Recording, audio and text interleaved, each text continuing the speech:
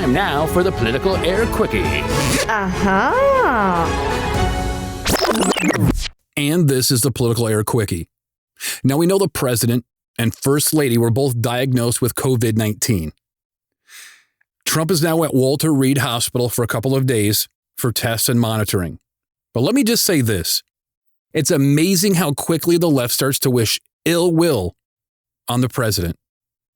I'm not talking about just a couple tweets. I'm talking about thousands of tweets hoping for his death. You would never see that coming from the right. But I want to think logically about social media and algorithms, something that I've not heard anyone bring up on any social media at all. But first, how do we go from the left asking for Trump to denounce white supremacy, white supremacists, which he's done numerous occasions, to spewing hate towards him? That is not an example at all. Because we know when Ruth Bader Ginsburg died, Trump was caught off guard. But how did he respond? In a professional way. She just died? Wow. I didn't know that. You're telling me now for the first time. She led an amazing life. What else can you say? She was an amazing woman. Whether you agreed or not, she was an amazing woman who led an amazing life. Now, if that's not a response that's professional and classy, I don't know what is. But now my question's this. Where was Jack Dorsey from Twitter when Twitter went wild, absolutely wild, as soon as the president tweeted that he had COVID-19? Thousands, if not hundreds of thousands of tweets hoping for the president's death. It took him a half a day, maybe a full day to respond to say that now they're not going to allow these type of tweets. Well, let's think about this. Why did it take so long? Shouldn't this have already been in place?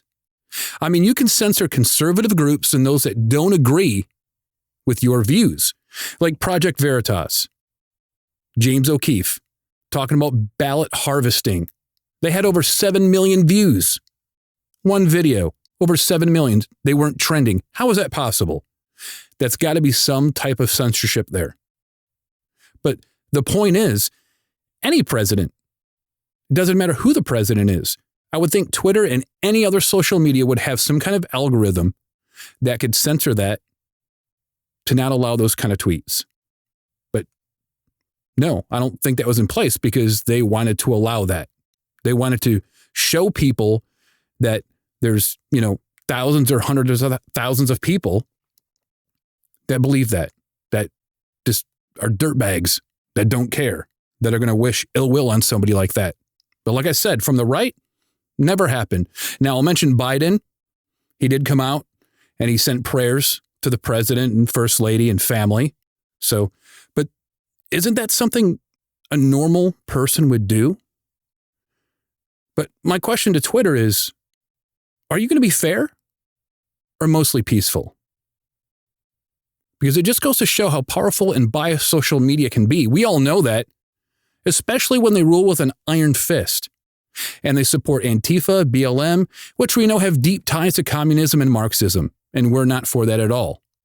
And I'm pretty sure there's a lot of Trump supporters that believe the same thing. And as many of you probably know who've been locked out, blocked, had your Twitter shut down without explanation, this can happen at any time, even when not violating the so-called terms.